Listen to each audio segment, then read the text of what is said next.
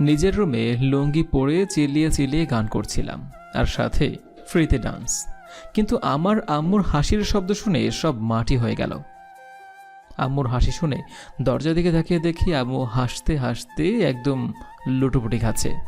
আম্মুর কথা শোনার আগে আমার পরিচয়টা দিয়ে দেই। আমি আবির, আর সাথে নাম আছে আসিফ। তবে সবাই প্রেম করে না মানে ভালোবেসে আবির বলেই ডাকে। লেখাপড়া শেষ করে আব্বুর অফিসের এমডির পদে বসেছি 6 মাস আগে। আর এই 6 মাসের কাজের চাপে নিঃশ্বাসটুকু নিতে পারছিলাম না ঠিকমতো। আর তাই নিজেকে একটু রিফ্রেশ করার জন্য এই পদ্ধতি অবলম্বন করেছিলাম, কিন্তু আম্মুর জন্য আর হলো না। তো এবার চলুন দেখি আম্মু কি বলে। কিরে, তুই কি পাগল টাগল হয়ে গেলি? কি সব গান করছিস আর ডান্স করছিস? পাশে এবার কোন মেয়ে আবার তোকে পাগল করলো? আমাকে আবার কোন মেয়ে পাগল করবে আম্মু? তোর হিটলার বর আমার এই ছোট্ট কাঁধে এত বড় চাপ দিয়ে রেখেছে, আমি নিঃশ্বাস নিতেই পারছি না। তাই একটু মুড ভালো করার জন্য আর কাজের চাপ থেকে নিজেকে রিফ্রেশ করার জন্য গান করছিলাম। তাই বলে এমন গান? আর কোনো গান খুঁজে পাসনি? পাশের বাসার কদমালের ছোট্ট মেয়ে, তা আবার লুঙ্গি পরে ডান্স করতে করতে। আম্মু, তুমি মজা নিও না তো। যখন তোমার হিটলার বর আমার ছোট্ট কাঁধে এত বড় চাপ দিয়ে দিল, তখন তো কিছুই বললে না। চাপিয়ে দেবার কি আছে? তোর আব্বুর তো বয়স হচ্ছে, আর তোর লেখাপড়া শেষ, দায়িত্ব তো তোকে নিতেই হতো।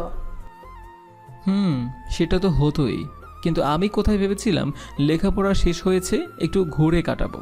তা আর হতে দিল কই তোমার হিটলার সাহেব। অফিসের কাজে তো কতই বাইরে গিয়ে ঘুরিস। হ্যাঁ, ঘুরছি না ছাই। ওখানে গিয়ে কাজ শেষ করতে করতে জীবন আমার তেজপাতা। আর তুমি বলছো আমি ঘুরি কাজ করতে গিয়ে? অফিসের কাজে তো কতই বাইরে গিয়ে ঘুরছিস। তোর যাতে অফিস থেকে আসার পর ভালো লাগে তার জন্যই তোর আব্বু তোর বিয়ের ব্যবস্থা করেছে। তোর আব্বুর বন্ধুর মেয়ে মনে আছে না, ওর সাথে। পাগল হয়ে গেছে নাকি হিটলার সাহেব? ওই মেয়েকে বিয়ে করলে তো আমি এমনিই শেষ হয়ে যাব। কত ছোট ছোট ড্রেস পরে ঘুরে বেড়ায় তুমি জানো না? আর সারাক্ষণ পার্টি ফার্টি করে ছেলে বন্ধুদের সাথে ঘুরে বেড়ায়। আমি ওই মেয়েকে বিয়ে করব না। তুমি গিয়ে আব্বুকে বলে দাও। তুই মোনাকে তোর মতো করে নিস, আর তাছাড়াও আমি তোর আব্বুকে এসব বলতে পারবো না। তুই তোর আব্বুকে ভালো করে চিনিস, উনি যখন ঠিক করেছে তখন এই বিয়ে হবেই। প্রয়োজনে আমি এই বাসা ছেড়ে চলে যাব, তবুও ওই মুনাকে আমি বিয়ে করব না। এত চেঁচামেচি কিসের এখানে? আর কি বলছিলে তুমি? আমার কথার অবাধ্য হওয়ার সাহস তোমার কি করে হয়? আব্বু, তুমি তো জানো ওই মেয়ে কেমন, তারপরও তুমি এসব বলছো? হ্যাঁ, আজকালকার মেয়েরা সবাই মডার্ন। তুমি ওর সাথে নিজেকে মানিয়ে নিও। আর তোর সাথে মুনার বিয়ে হলে আমাদের কোম্পানির জন্য অনেক লাভ হবে।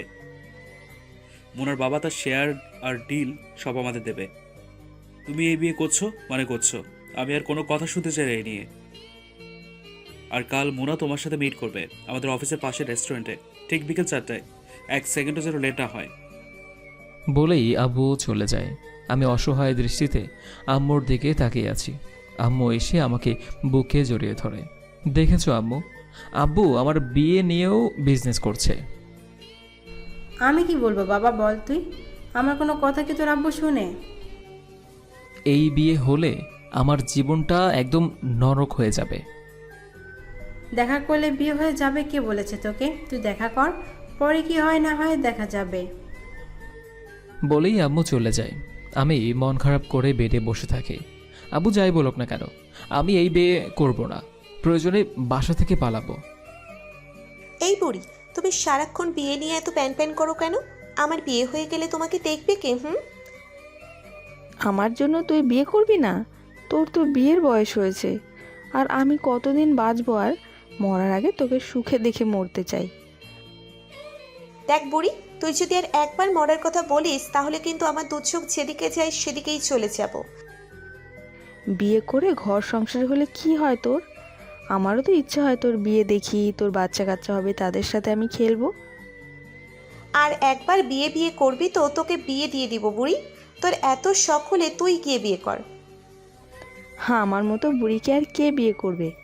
আমার বিয়ের বয়স থাকলে বিয়ে তো করেই নিতাম। বুড়ির শখ কত, এই বয়সেও রস কমেনি। এখন চুপ করে শুয়ে থাক, আমাকে দোকানে যেতে হবে।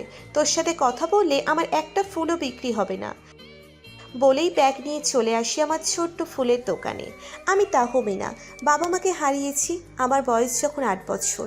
তারপর থেকে দাদি আমাকে কষ্ট করে বড় করে। অনার্স শেষ করে চাকরির জন্য অনেক জায়গায় চেষ্টা করি, কিন্তু সব জায়গায় চাকরির বিনিময়ে আমার সাথে নোংরামি করতে চেয়েছে। তাই চাকরির কপালে থুতু দিয়ে এই ফুলের দোকান খুলি। বাচ্চাদের টিউশনি করিয়ে যা টাকা পেয়েছি সেখান থেকে একটু একটু করে টাকা জমিয়ে ফুলের দোকান করেছি। দোকান খুলে বসে আছি, সবাই এসে টুকটাক ফুল কিনে নিয়ে যাচ্ছে। পরের দিন সকালে ঘুম থেকে উঠে ফ্রেশ হয়ে নাস্তা করে অফিসের জন্য রেডি হয়ে বাসা থেকে বের হতে গেলে আব্বু বলে, মুনা তোমার জন্য রেস্টুরেন্টে অপেক্ষা করবে 4টায়, এটা যেন মাথা থাকে। আর যদি তুমি না যাও তাহলে কিন্তু ভালো হবে না। আমি মাথা নেড়ে বাসা থেকে বের হয়ে যাই। পৃথিবীতে এত বাবা থাকতে এই হিটলারকেই আমার বাবা হতে হলো। সকাল সকাল মুডটাই অফ করে দিল। গাড়িতে উঠে গাড়ি স্টার্ট দেই। এরপর গাড়ি ড্রাইভ করতে থাকি। কিছু পথ আসার পরে জ্যামে পড়ে যাই। গাড়ির কাছ নামিয়ে বাইরে তাকিয়ে আশেপাশের মানুষ কী করছে সেসব দেখছি। হঠাৎ আমার চোখ আটকে যায় একটা ফুল কুমারের দিকে। একটা ছোট্ট ফুলের দোকানে ফুল সাজাচ্ছে। গায়ে সাদা রঙের একটা 3 পিস, আর 3 পিসটা খুবই সিম্পল। মুখে মেকআপের কোনো ছিটা ফোটাও নেই, তবুও মনে হচ্ছে একটা সাদা পরী দাঁড়িয়ে আছে। আমার চোখ আটকে আছে ফুল কুমারের দিকে। হঠাৎ পিছন থেকে গাড়ির হর্নের কারণে আমার ধ্যান ভেঙে যায়। আশেপাশে তাকিয়ে দেখি জ্যাম ছুটে গিয়েছে। আমার গাড়ির জন্য পিছনে অনেকগুলো গাড়ি আটকে আছে। আমি গাড়িটাকে একটা পাশে পার্ক করলাম আর গাড়ি থেকে নেমে ফুলকুমারের দোকানে চলে আসি। কথা বলতে খুব ইচ্ছে করছে। আমি দোকানের সামনে আসতেই ফুলকুমারী বলে, ফুল নেবেন স্যার? অনেক ভালো ফুল আছে, একটু আগেই কাছ থেকে কেটে দিয়ে গেছে। আমি মুগ্ধ হয়ে তাকিয়ে আছি ফুলকুমারের দিকে। দেখতে যেমন মিষ্টি, কণ্ঠটা তার চেয়ে আরও বেশি মিষ্টি। আমাকে এমন করে তাকিয়ে থাকতে দেখে ফুলকুমারী হালকা করে কাশি দিয়ে বলল, কিছু বলছেন না যে স্যার? ফুল নেবেন আপনি? হ্যাঁ, না মানে হ্যাঁ হ্যাঁ নিব। কোন ফুল কত করে? আপনি কোন ফুল নেবেন বলুন, তারপর আমি আপনাকে প্রাইস বলছি।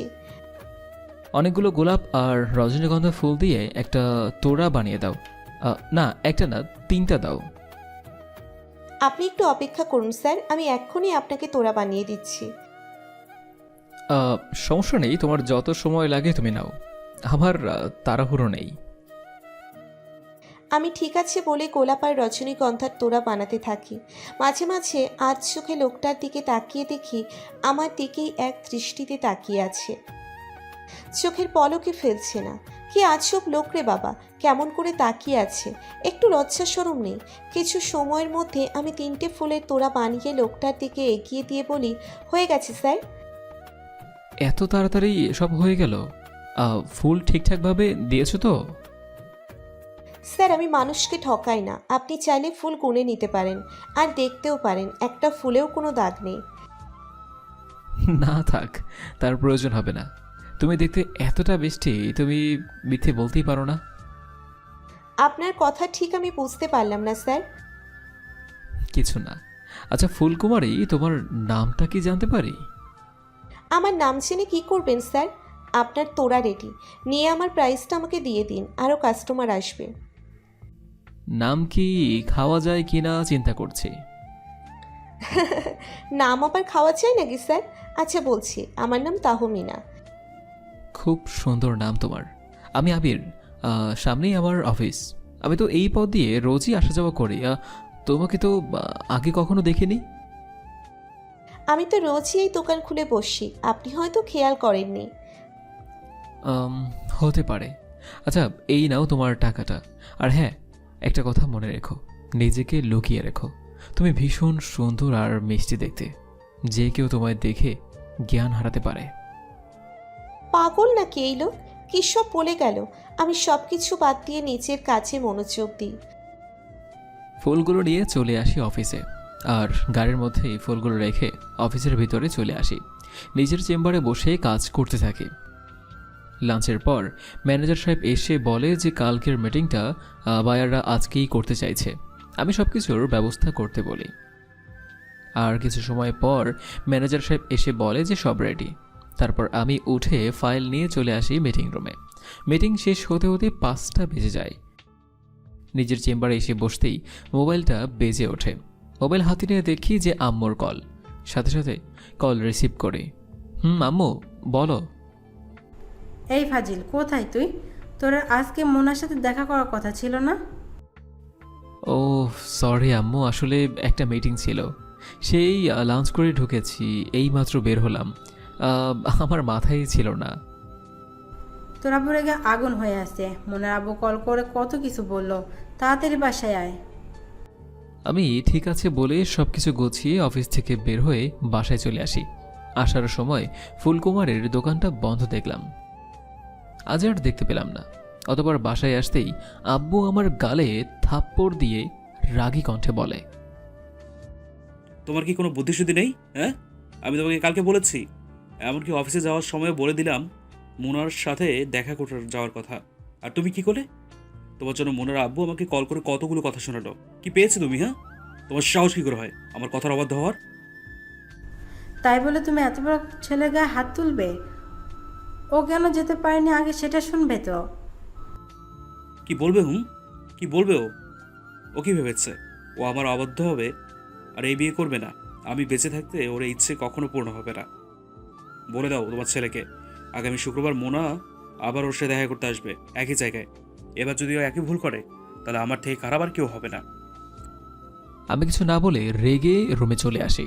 দরজা বন্ধ করে কোট খুলে ছুঁড়ে মারি ফ্লোরের মধ্যে। আর রাগে পুরো শরীরটা আগুন হয়ে যাচ্ছে আমার। এই রাগকে কমানোর রাস্তা একটাই, এখন ঘুমাতে হবে, নয়তো উল্টো পাল্টা কিছু করে ফেলব। তো যেমন ভাবনা তেমন কাজ। আজকে কি হয়েছে জানো দাদি? একটা পাগল ছেলে আমার দোকানে এসেছিল। ফুল কেনার নাম করে আমার দিকে কেমন করে তাকিয়েছিল, আর যাবার সময় বলে আমি যেন নিজেকে আড়াল করে রাখি, তা না হলে নাকি আমাকে দেখে সবাই জ্ঞান হারাবে। ছেলেটা দেখতে কেমন ছিল দিদিভাই? আর বয়স কেমন হবে? তুমি আবার শুরু করলে? কোথায় আমাকে বলবে আমি যেন সাবধানে থাকি ওই ছেলের থেকে, আর তুমি ওই ছেলে দেখতে কেমন, বয়স কত তা জিজ্ঞেস করছো? সাবধানে তুই না, ওই ছেলের থাকার কথা তোর থেকে। বুড়ি, তুই কখনো ভালো হবি না। সর, আমি দোকান থেকে মাত্র এসেছি, খুব ক্লান্ত আমি, তোর সাথে কথাই বলবো না। বলেই আমি রুমে এসে চেঞ্জ করে কলে এসে ফ্রেশ হয়ে নিই। এরপর দাদিকে নিয়ে খাবার খেয়ে নিই। সন্ধ্যায় ঘুম থেকে উঠে ফ্রেশ হয়ে নিচে এসে দেখি আম্মু বসে আছে হল রুমে। হিটলার নিচে নেই। আম্মুর পাশে বসে কোলে মাথা রাখি। আম্মু মাথায় হাত বোলাতে বোলাতে বলে, কষ্ট পেয়েছিস তখন, তাই না বাবা? তোর আব্বু কেন যে এমন করে বুঝি না। বাদ দাও তো সব আম্মু, তোমাকে কিছু কথা বলবো। হিটলার কোথায়? একটু আগেই বাহিরে গেল। বল, কি বলবি? আজকে সকালে অফিসে যাবার সময় একটা ফুলকুমারীকে দেখেছি। দেখতে ভীষণ সুন্দর, খুব সাদামাটা একটা মেয়ে, কিন্তু দেখতে একদম পরীর মতো। তোর আব্বু তোর বিয়ে ঠিক করে রেখেছে, আর তুই এসব কথা বলছিস? আচ্ছা আম্মু, তুমি সত্যি করে বলো তো, তুমি কি চাও আমি মোনাকে বিয়ে করি? একদমই না, ওই মেয়েকে আমার পছন্দ না। আচ্ছা তারপর বল, মেয়ের নাম কি? কথা বলেছি? কথা বলেছি। নামটা কি যেন বললো? ও হ্যাঁ, মনে পড়েছে, ওর নাম তাহমিনা। একটা সত্যি কথা বলি আম্মু। সত্যি তো বলবি, মিথ্যে বললে পিটাবো না তোকে আমি। I think I am in love Phulkumari. You think you love? একটা কাজ কর, আগে নিজেকে ভালো করে প্রশ্ন কর। আজকে সারা রাত ভাব, তারপর যদি তোর মনে হয় সত্যি তুই মেয়েকে ভালোবাসিস, 2-1 দিনের মধ্যে ঠাস করে বলে দে। আর তাতে যদি ওর হাত আমার গালে ঠাস করে লাগে তাহলে? আমার ছেলে দেখতে একদম সিনেমার হিরোর মতো। কোনো মেয়ের সাধ্য আছে আমার ছেলেকে না করে? আর তোমার হিটলার বর যদি কিছু বলে তখন কি হবে? ওই মেয়ে রাজি হলে কাজী অফিসে গিয়ে বিয়ে সোজা করে বাসায় চলে আসবি। তখন আর তোর আব্বু কিছু করতে পারবে না। আমার সুইট আম্মু, তোমার মতো আম্মু যদি প্রতিটা ঘরে ঘরে থাকে তাহলে একটা ছেলেও বিরহের গান শুনে নিজেকে কষ্ট দিবে না। I love you my dear sweet cute আম্মু। আচ্ছা হয়েছে, এখন স্যার তুই বস, আমি তোর জন্য কফি বানিয়ে আনছি। আমি ঠিক আছে বলে সোজা হয়ে বসে পড়ি। আম্মু চলে যায় কফি বানাতে। হঠাৎ সামনে তাকাতেই দেখি সেই ফুলকুমারী আমার সামনে দাঁড়িয়ে আছে। পরনে সাদা সুতির একটা থ্রি পিস, দুই চোখে গাঢ় করে কাজল দেওয়া, চুলগুলো খুলে রেখেছে আর বাতাসে চুলগুলো উড়েই চলেছে। আর তাতেই যেন কুমারের সৌন্দর্যটা আরও 1000 গুণ বেড়ে গিয়েছে। আমার দিকে তাকিয়ে আছে এক পলকে, ঠোঁটের কোণে মিষ্টি হাসি ফুটে উঠেছে। আমি বসা থেকে উঠে ফুলকুমারের সামনে এসে দাঁড়াই। এরপর ফুলকুমারের চারদিকে ঘুরে ঘুরে দেখতে থাকি।